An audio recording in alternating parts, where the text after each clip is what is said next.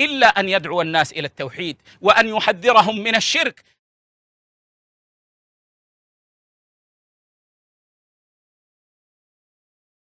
بسم الله والحمد لله والصلاة والسلام على رسول الله صلى الله عليه وسلم أما بعد. أيها الإخوة, aujourd'hui, Inch'Allah Ta'ala, on reprend la lecture de Al-Urjuzatul Mi'iyya et nous nous sommes arrêtés au vers 51. Ce vers-là nous dit وَالْغَزْوَةُ الْكُبْرَى الَّتِي بِبَدْرٍ في الصوم في سابع عشر الشهر. Ici, il va nous parler d'une bataille majeure. Encore une fois, il faut savoir que lorsqu'on parle de Ghazwa, Ibn al-Qayyim nous a résumé la différence qu'on a entre Al-Ghazwa et Al-Saraya et Al-Ba's. Il nous dit dans son livre Zad al-Ma'ad que les expéditions ainsi que les batailles, ces Ghazawat, ces Saraya ainsi que ces Bu'us, كلها كانت بعد الهجرة. Tout ce qui concerne la guerre, les guerres que le prophète sallallahu alayhi wa sallam a pu faire, se sont passées après la hijra. Après que les compagnons ainsi que lui-même, sallallahu alayhi wa sallam, ont émigré à Médine. في مدة 10 سنوات. في مدة 10 سنوات. Donc tout cela s'est passé en 10 ans. C'est 10 années-là qu'ils ont fait à Médine. وقد قلنا أن الغزوة هي التي شارك النبي أو شارك فيها النبي. La ghazwa, c'est la bataille dans laquelle ou durant laquelle le prophète sallallahu alayhi wa sallam a combattu. والبعث هي التي أرسلها النبي. Quand on dit al-Ba's, c'est lorsque le prophète sallallahu alayhi wa sallam envoie une expédition afin de combattre. والسرايا, cela concerne al-khuruj laylan wa khufiyatan. C'est le fait de sortir mais dans la nuit, en cachette, car cela est stratégique encore une fois.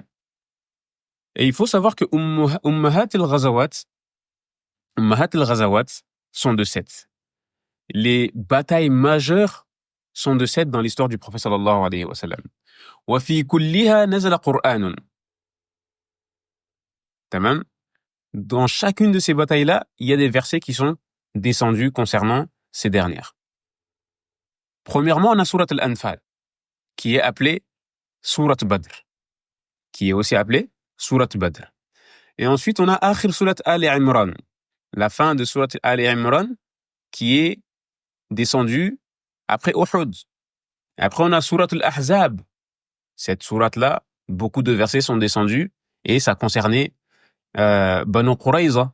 Banu Qurayza qui sont des juifs qui ont trahi le prophète sallallahu alayhi wa sallam lors de la bataille de Khandaq. Donc, dans Surat Al-Ahzab, Allah subhanahu wa ta'ala nous parle de la bataille contre Banu Qurayza, ainsi que Al-Khandaq et Khaybar. Khaybar aussi, c'était contre les Juifs, et la bataille de Al-Khandaq, c'est la bataille des coalisés, ou Al-Ahzab, si on peut l'appeler comme ça. Ensuite, on a Surat Al-Hashr. Surat Al-Hashr, ces versets-là sont descendus sur Banu Nadir, qui sont aussi une tribu de Juifs. Et ensuite, on a, cinquièmement, Surat Al-Nasr, ça c'est sur Fath Makkah, la conquête de la Mecque. Et ensuite, on a Surat Al-Fath, qui concerne Al-Hudaybiyah et Khaybar. Il faut savoir qu'à chaque fois, قاتل اليهود بعد خيانتهم إياه et بعد المعارك الكبار. Il faut savoir qu'à chaque fois, il y a une grande bataille majeure, Afwan, il faut savoir que derrière cela, les Juifs l'ont trahi. Et c'est pour ça qu'après, directement, il allait combattre chaque tribu qui avait pas respecté le pacte qu'il y avait entre lui et le prophète sallallahu alayhi wa sallam. Donc, après Ghazwat Badr, il est parti voir Banu Qaynuqa, car ils avaient rompu le pacte. Après Ghazwat Uhud, il est parti chez les Juifs de Banu Nadir, car encore une fois, ils n'ont pas respecté le pacte.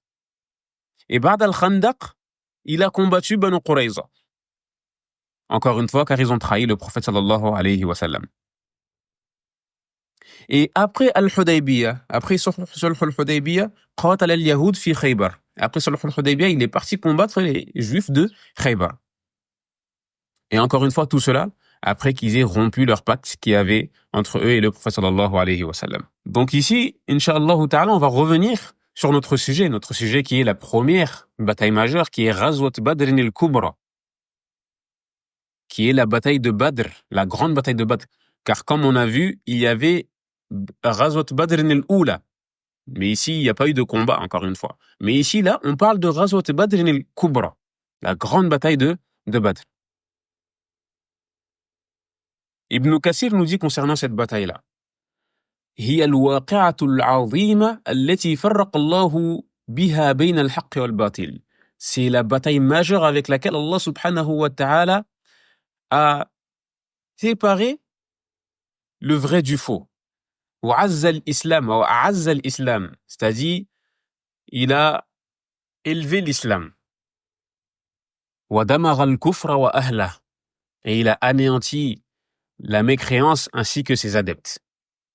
وذلك أنه لما كان في رمضان من شهر أو من هذه السنة الثانية, durant l'an 2, durant le mois du Ramadan, بلغ رسول الله صلى الله عليه وسلم أن عيرا مقبلة من الشام. Le prophète sallallahu alayhi wa sallam, durant l'an 2, pendant le mois du Ramadan, une nouvelle lui est parvenue. Comme quoi une caravane venant de Sham allait passer avec Abu Sufyan. Abu Sufyan, encore une fois, c'est sa kunya, mais plutôt il s'appelle Sakhr bin Harb. Et ils étaient, avec cette caravane-là, il y avait Abu Sufyan ainsi que une trentaine, voire une quarantaine d'hommes de Quraysh. وهي عير عظيمة.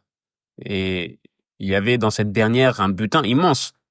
تحمل أموالا جزيلة لقريش, dans laquelle il y avait beaucoup de biens aux Qurayshites. فندب رسول الله صلى الله عليه وسلم الناس للخروج إليها. Donc le prophète صلى الله عليه وسلم a appelé les gens à sortir. وأمر من كان ظهره حاضرا بالنهوض. C'est-à-dire il a demandé à ceux qui avaient une monture de venir. ولم يحتفل لها احتفالا كثيرا. C'est-à-dire il ne s'est pas vraiment préparé pour cette bataille-là. De base, il ne s'est pas préparé, il ne s'est pas apprêté pour cette bataille-là qui est Ghazwat Badr. إلا أنه خرج في 300 وبضعة عشر رجلا. Donc, à part le fait qu'il soit sorti avec 300 hommes à peu près.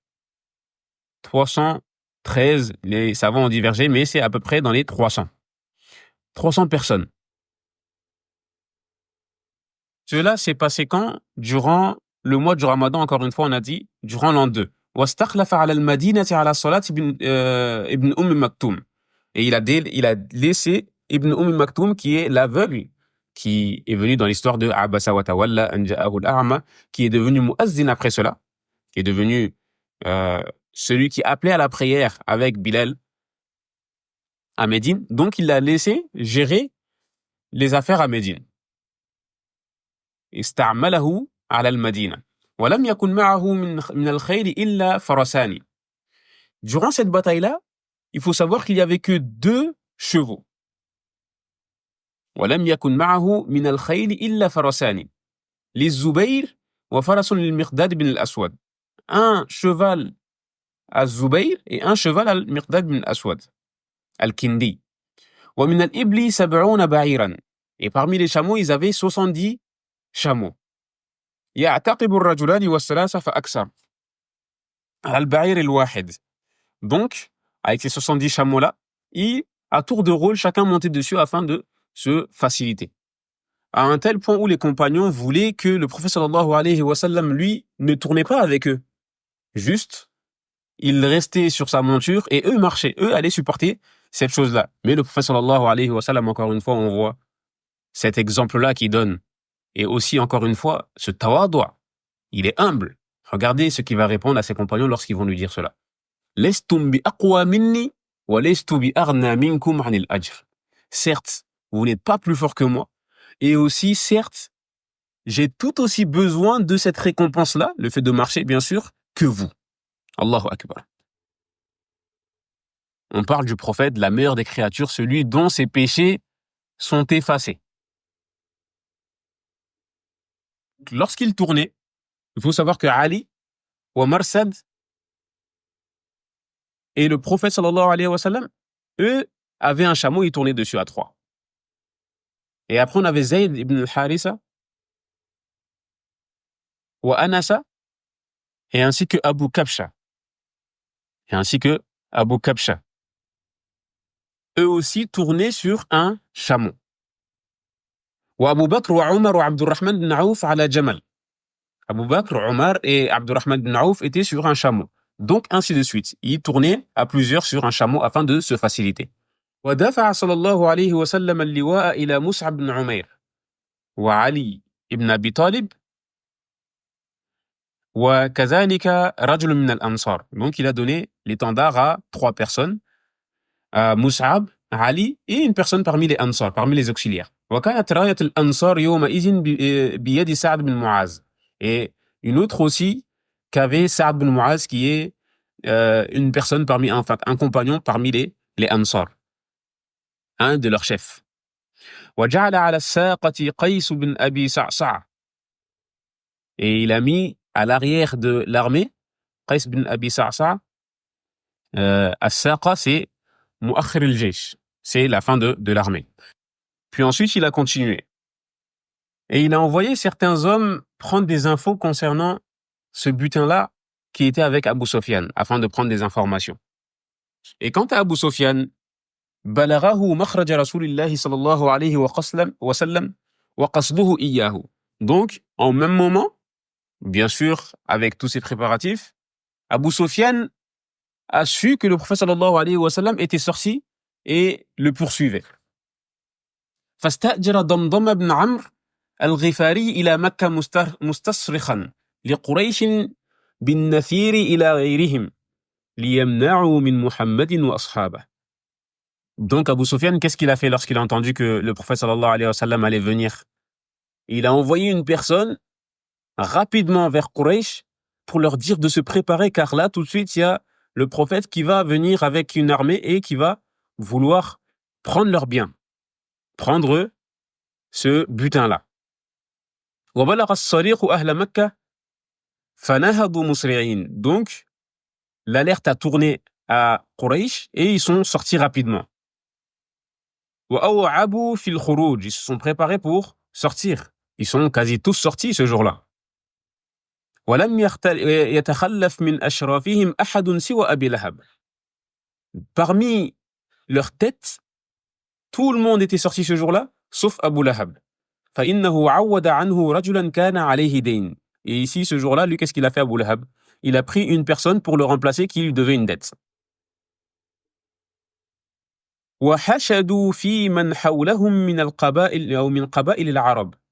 Et ils ont réuni certaines tribus arabes qui avaient autour d'eux, afin de les aider dans cette guerre-là.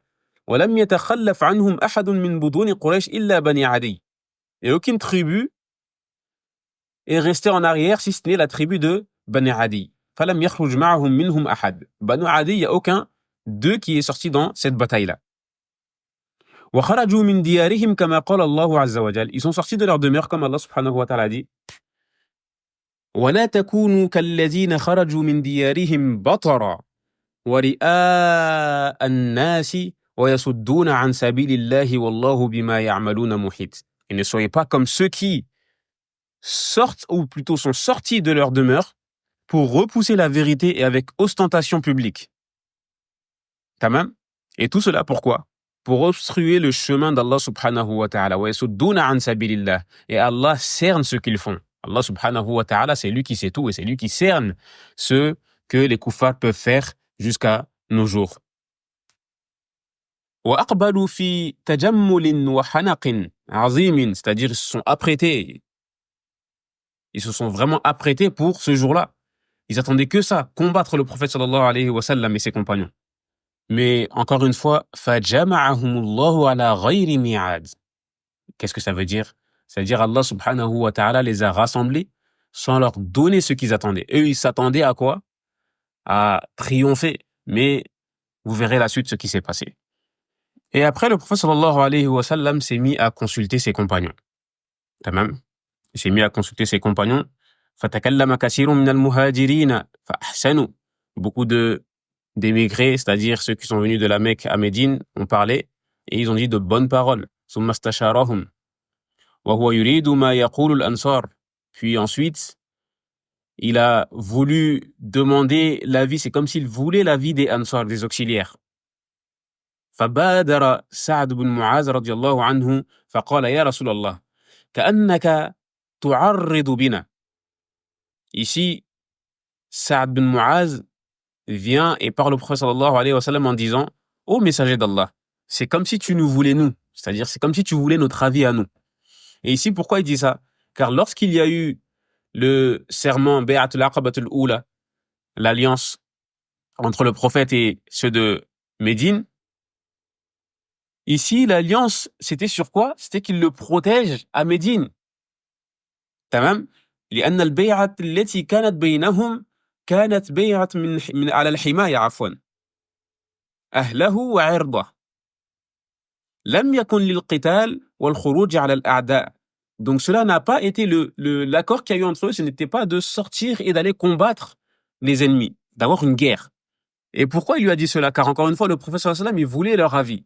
Il voulait leur avis, il ne voulait pas les mettre dans une situation compliquée. Et ici, Sa'd bin Mu'az, qu'est-ce qu'il dit? فوالله يا رسول الله, par Allah au messager d'Allah, لو استعرضت بنا هذا البحر لخضناه معك. Par Allah, si tu venais à nous faire traverser cette mer-là, alors on l'aurait traversé avec toi. Pour montrer, ça c'est une façon de dire qu'on sera avec toi pour, peu importe l'épreuve, on va être avec toi. Fasir bina ya Rasulallah ala barakatillah, c'est-à-dire, allons-y, ala barakatillah yani. Fasour sallallahu alayhi wa sallam bizalika, et le prophète sallallahu alayhi wa sallam s'est beaucoup réjoui de cette nouvelle-là. Et ensuite, il a dit, siru, avancez, wa abshiru, et annoncez la bonne nouvelle, fa inna Allah qad wa'adani ihda at-ta'ifatayn. Allah subhanahu wa ta'ala m'a promis une de ces deux récompenses-là, si je peux dire ça comme ça. Et la première, c'est, encore une fois, c'est le butin, et la deuxième, c'est le fait de les rencontrer. Et le fait de les rencontrer, encore une fois, c'est imma an-nasr, imma ash-shahada. C'est soit la victoire, ou encore une fois, soit le fait de tomber martyr, et ça aussi, c'est une victoire pour les musulmans. Et si les compagnons voulaient que ce soit le butin, car encore une fois, il y a le fait de gagner en richesse, et aussi il y a le fait de ne pas combattre. Encore une fois, le fait de combattre, même si c'est des hommes, ils n'ont pas peur de cela, ça reste quelque chose que le nafs même rejette. Il n'y a personne qui veut sortir de son confort et aller combattre, non. Mais à la kulli hal, Allah subhanahu wa ta'ala a descendu des versets concernant cette histoire-là, en disant وَإِذْ يَعِدُكُمُ اللَّهُ إِحْدَى الطَّائِفَتَيْنِ أَنَّهَا لَكُمْ وتودون أن غير ذات الشوكة تكون لكم ويريد الله أن يحق الحق بكلماته ويقطع دابر الكافرين. Ici Allah subhanahu wa ta'ala nous dit, et rappelez-vous quand Allah subhanahu wa ta'ala vous promettait qu'une des deux bandes serait à vous, c'est-à-dire une des deux choses, soit la caravane avec le butin, soit le fait de rencontrer encore une fois les kuffars, et vous désirez vous emparer de celle qui était sans armes, c'est-à-dire le fait de tomber sur le butin, prendre et rentrer à Médine tranquillement. Alors qu'Allah subhanahu wa ta'ala voulait par ses paroles faire triompher la vérité et anéantir les mécréants jusqu'au dernier. Et ici, c'est vraiment ce qui s'est passé. Ça a été un triomphe, encore une fois, cette bataille-là. Ça a été, comme on a dit au début du cours, une cause pour distinguer le vrai du faux. À la kulli hal, après cela, ils sont arrivés sur les lieux de Badr, là où allait se dérouler la bataille. Et le prophète sallallahu alayhi wa sallam, après consultation de ses compagnons, sont arrivés en premier et ils ont mis les puits, ils se sont servis et ont bouché les puits. Ils les ont mis derrière eux de sorte que Quraysh, lorsqu'ils viennent, ils soient assoiffés et ne puissent pas avoir accès à l'eau. Donc ça aussi, encore une fois, stratégiquement parlant, c'est quelque chose de bien. Du coup, ça les affaiblit. ومشى النبي صلى الله عليه وسلم في مواضع المعركة. Le prophète صلى الله عليه وسلم marchait sur cette place-là. وجعل يريهم مصارع رؤوس القوم wahidan wahidan. Pendant qu'il marchait, il montrait là où allaient être battus, là où allaient être vaincus les têtes des Qurayshites. يقول هذا مصرع فلان غدا إن شاء الله. Il disait, ici allait être vaincu un tel demain. وهذا مصرع فلان وهذا مصرع فلان. Et ici allait être vaincu un tel. Et ici allait être vaincu un tel. قال عبد الله بن مسعود. Abdullah ibn Mas'ud il nous dit concernant cela. فوالذي بعثه بالحق. Il jure par celui qui l'a envoyé de par la vérité. ما أخطأ واحد منهم موضعه الذي أشار إليه الرسول صلى الله عليه وسلم. Toute personne dont le prophète sallallahu alayhi wa sallam dit, ou plutôt a dit, qu'il allait périr ici, alors il a péri à cet endroit-là même. وبات رسول الله صلى الله عليه وسلم تلك الليلة يصلي إلى جذم الشجرة. Et cette nuit-là, le prophète sallallahu alayhi wa sallam a passé la nuit à prier sous un arbre. فلما أصبح. Et le lendemain, وأقبلت قريش في كتائبها قال صلى الله عليه وسلم اللهم هذه قريش قد أقبلت في فخرها وخيلائها تحادك وتحاد رسولك.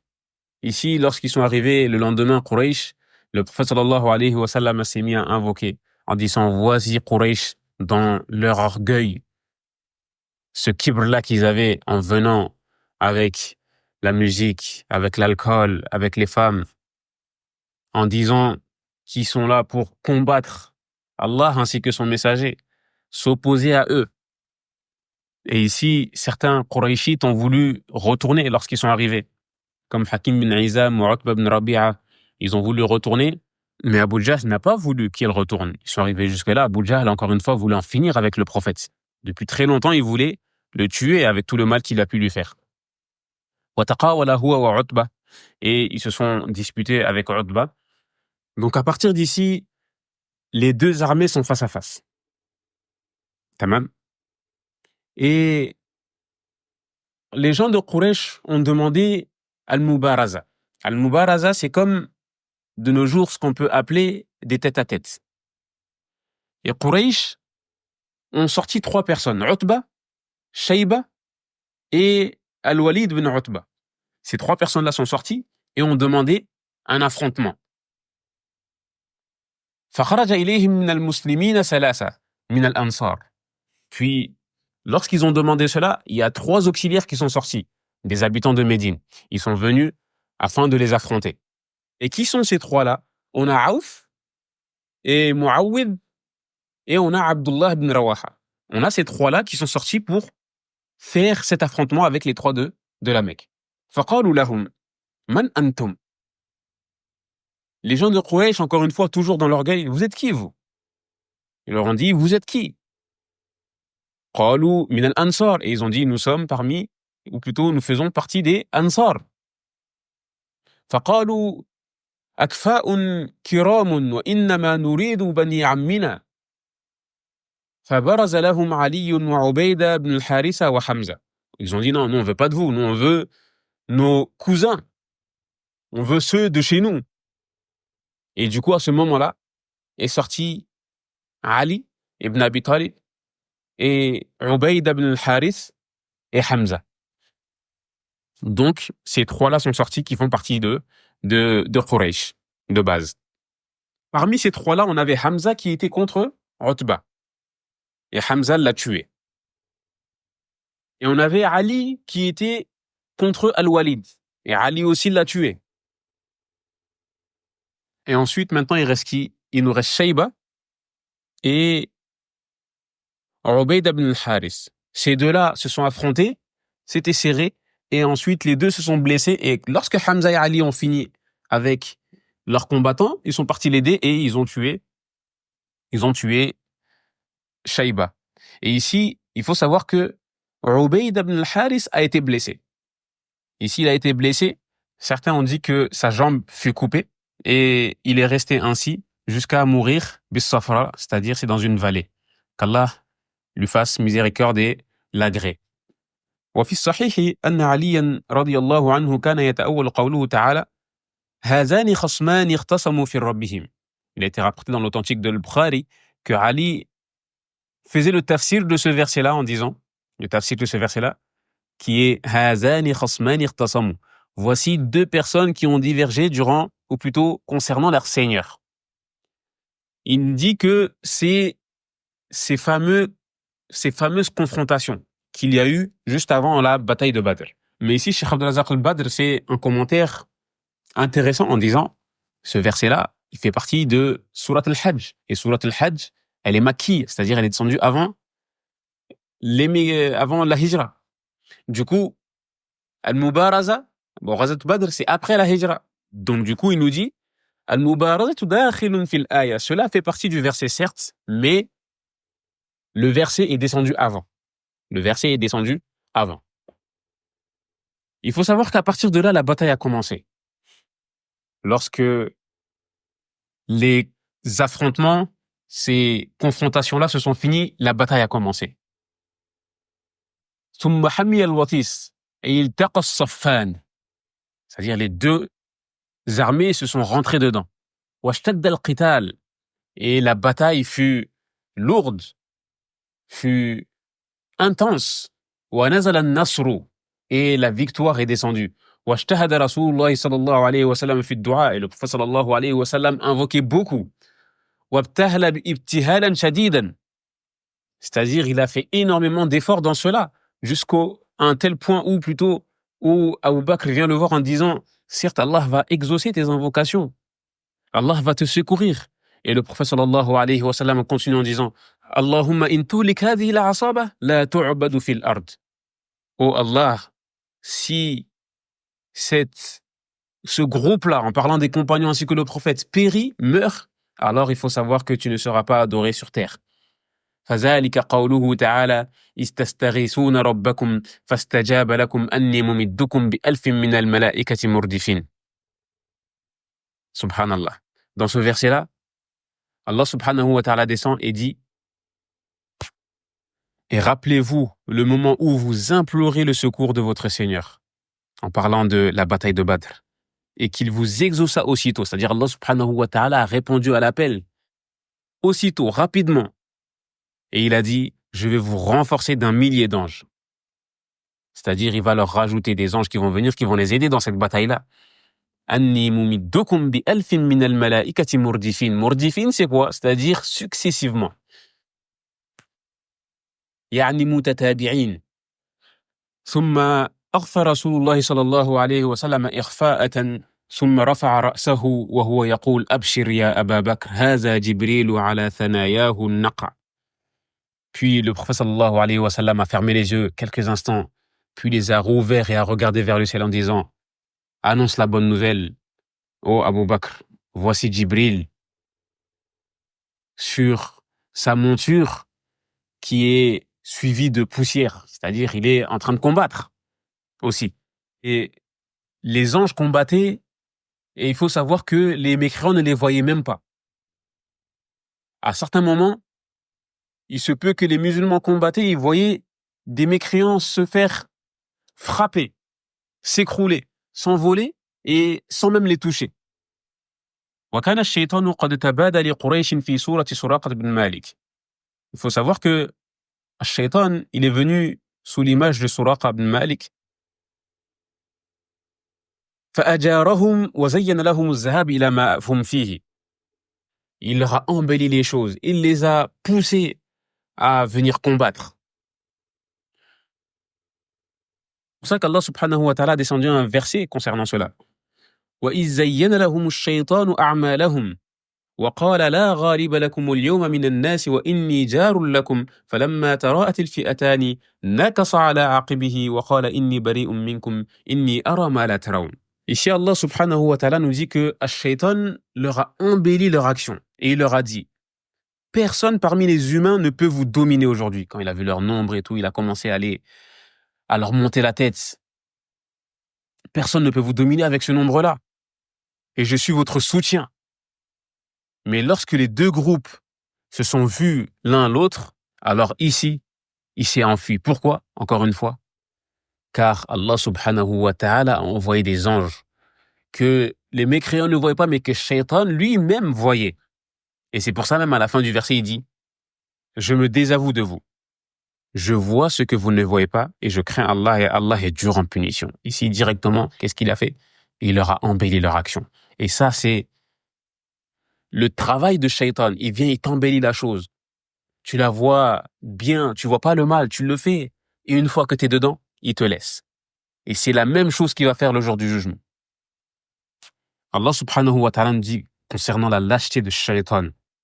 وقال الشيطان لما قضي الأمر إن الله وعدكم وعد الحق ووعدتكم فأخلفتكم وما كان لي عليكم من سلطان إلا أن دعوتكم فاستجبتم لي فلا تلوموني ولوموا أنفسكم ما أنا بمصرخكم وما أنتم بمصرخي إني كفرت بما أشركتموني من قبل إن الظالمين لهم عذاب أليم. Ici, il faut savoir qu'Allah subhanahu wa ta'ala nous parle de Shaitan, comment il va se désavouer des personnes qu'il a pu égarer. Il nous dit Allah subhanahu wa ta'ala, et quand tout sera accompli, lorsque ce sera la fin, Shaitan va venir et dire, certes Allah vous avait fait une promesse de vérité, tandis que moi, je vous ai fait une promesse que je n'ai pas tenue. Et j'avais aucune autorité sur vous, si ce n'est que de vous inciter, de vous appeler à faire le mal. Et donc, qu'est-ce que vous avez fait en retour? Vous m'avez répondu. Alors ne me faites pas de reproches, ne me blâmez pas, mais plutôt faites-en à vous-même. Et aujourd'hui, je peux vous secourir nullement. C'est-à-dire, je peux rien faire pour vous. Et ici, il finit en disant « Inni kafartu bima ashraktumuni », c'est-à-dire, je me désavoue et je renie ce en quoi vous m'avez associé, bien sûr. Certes, Allah subhanahu wa ta'ala, ou le châtiment d'Allah subhanahu wa ta'ala est douloureux. Vis-à-vis des injustes, bien sûr. Inna zalimina lahum azabun alim, certes, les injustes ont un châtiment douloureux. Donc ici, lorsque Shaitan est arrivé avec eux, encore une fois, dans la bataille, il a vu les anges et il est parti en fuyant. Et comme je vous ai dit, les anges tuaient les mécréants. Et il nous dit ici Ibn Kathir, وَذَلِكَ أَنَّهُ رَأَى الْمَلَائِكَةَ حِينَ نَزَلَتِ الْقِتَالِ. Car Shaitan a vu les anges lorsque la bataille a commencé. وَرَأَى مَا لَا قِبَلَ لَهُ بِهِ فَفَرَّ. Il a vu quelque chose qui le dépassait, donc il s'est enfui. وَقَاتَلَتِ الْمَلَائِكَةُ كَمَا أَمْرَهَا اللَّهُ. Et les anges ont combattu comme ils ont eu l'ordre d'Allah subhanahu wa ta'ala. وَكَانَ الرَّجُلُ مِنَ الْمُسْلِمِينَ يَطْلُبُ قِرْنَهُ. Et فَإِذَا بِهِ قَدْ سَقَطَ أَمَامَهُ. Ici, Ibn Kathir nous dit, le musulman était sur le point de tuer une personne et il le voyait s'écrouler tout seul. وَمَنَحَ اللَّهُ الْمُسْلِمِينَ أَكْتَافَ الْمُشْرِكِينَ. C'est-à-dire Allah subhanahu wa ta'ala a fait triompher les musulmans sur les mécréants. فَكَانَ أَوَّلُ مَنْ فَرَّ مِنْهُمْ خَالِدْ بن الْأَعْلَمِ. Ici, lorsque les musulmans ont commencé à prendre le dessus, les mécréants ont commencé à s'enfuir. La première personne qui a commencé à s'enfuir, c'est Khalid ibn al-A'lam. فَأُدْرِكَ فَأُسِرَ. Donc, il a été rattrapé et il a été capturé. وَتَبَعَهُمُ الْمُسْلِمُونَ فِي آثَارِهِمْ. Donc, quand les mécréants ont commencé à fuir, les musulmans, ils les ont coursés. Ils en ont tué certains et ils en ont captivé d'autres.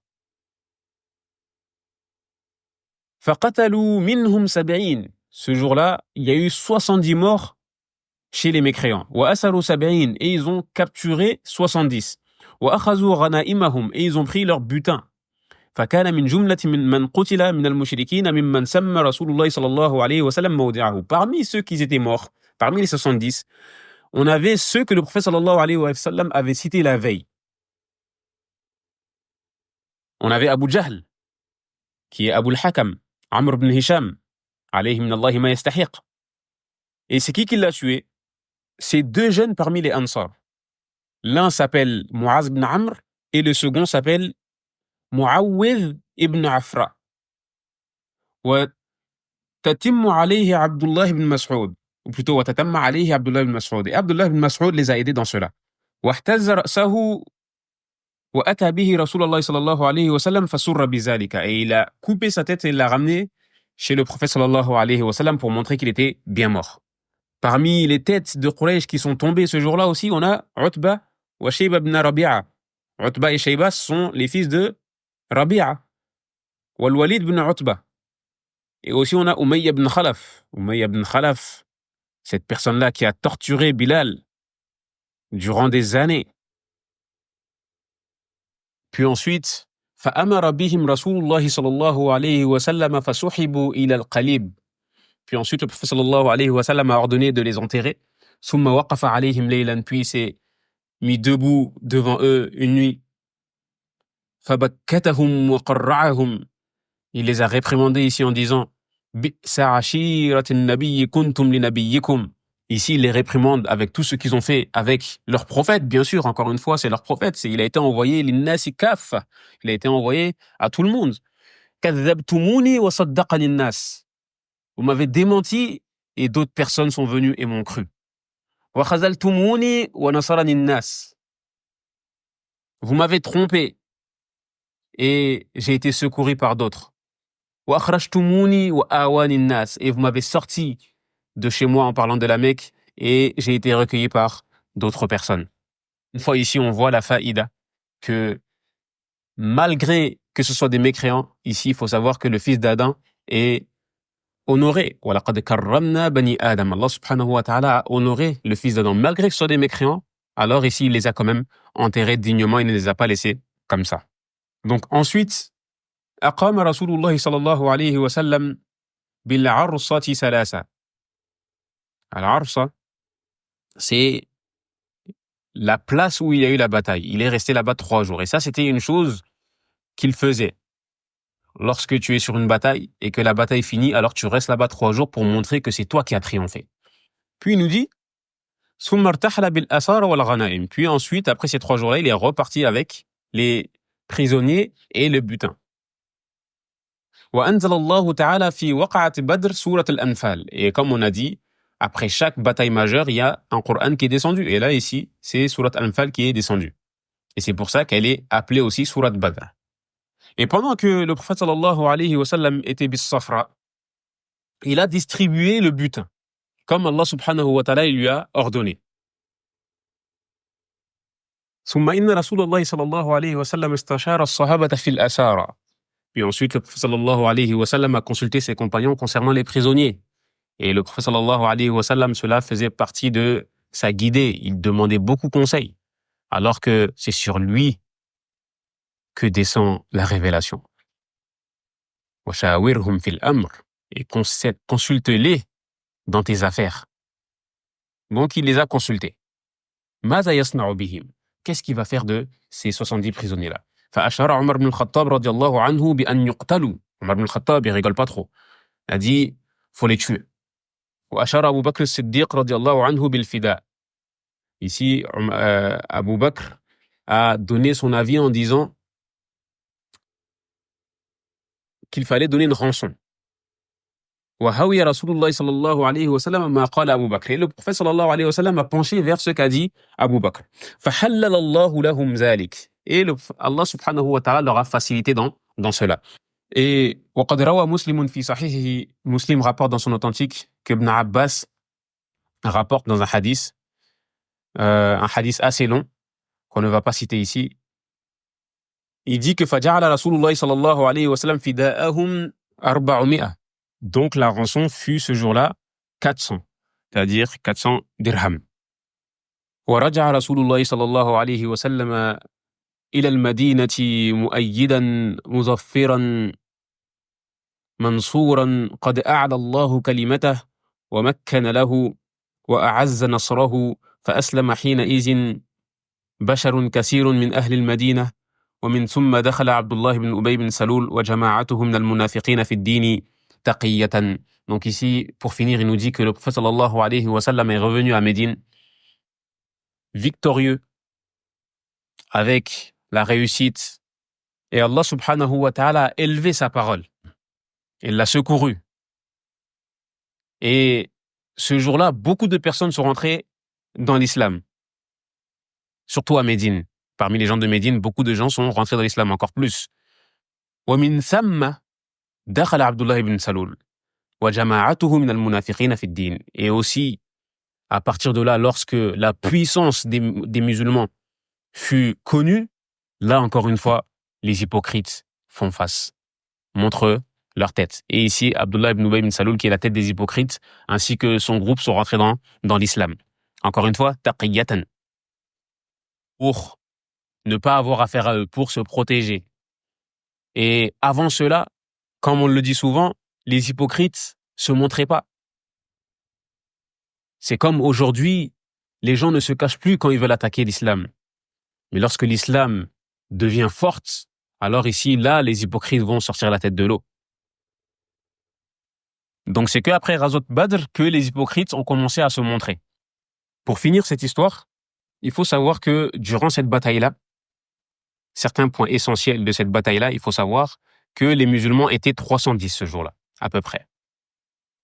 Parmi les muhajirines, il y avait 86 personnes. Parmi les Aws, il y avait 61 personnes. Et parmi les Khazraj, il y avait 170 personnes. Bien sûr, on a dit Al-Aws et Al-Khazraj, c'est deux tribus de Médine. Et ici, pourquoi, encore une fois, les Aws étaient moins que les Khazraj, alors que les Aws sont encore plus connus pour être des guerriers, des combattants. Pourquoi? Car, encore une fois, le prophète sallallahu alayhi wa sallam, comme on a dit au début, il est sorti qu'avec ceux qui avaient leur monture proche d'eux. Il est parti rapidement. À la base, il n'est pas sorti pour se battre, pour un combat. Il est sorti juste pour intercepter le butin et c'est tout. Donc ça, c'est ce qui concerne les musulmans. Concernant les non-musulmans, les gens de Quraysh, ils étaient entre 900 et 1000. Ils étaient entre 900 et 1000. وَقُتِلَ مِنَ الْمُسْلِمِينَ يَوْمَئِذٍ 14 رَجُلًا. Ceux qui sont décédés parmi les musulmans sont 14 personnes. 6 parmi les muhajirines et 6 parmi les Khazraj et 2 parmi les Aws. وكان أول القتيل يومئذ مهجاج مولى عمر بن الخطاب. La première personne parmi les musulmans à être tuée ce jour-là, c'est Mihjaj. Mihjaj, le servant de Omar ibn al-Khattab. وقيل رجل من الأنصار اسمه حارثة بن سراقة. Et certains savants ont dit que c'était Harisa ibn Suraqa parmi les Ansar. وقتل من المشركين 70. Parmi les mécréants, il y a eu 70 morts. وقيل أقل. وأسر منهم مثل ذلك أيضا. Et il y a eu 70 prisonniers aussi. وفرغ رسول الله صلى الله عليه وسلم من شأن بدر والأسرى في شوال. Et le prophète sallallahu alayhi wa sallam a fini avec cette guerre-là, tout ce qui concernait la guerre ainsi que les prisonniers, durant le mois de Shawwal. Et on a dit que la bataille de Badr était durant le mois de Ramadan, c'est-à-dire un mois après à peu près. Donc ça, c'est ce qui concerne la bataille de Badr. فسبحانك اللهم وبحمدك أشهد أن لا إله إلا أنت أستغفرك وأتوب إليك والسلام عليكم ورحمة الله وبركاته.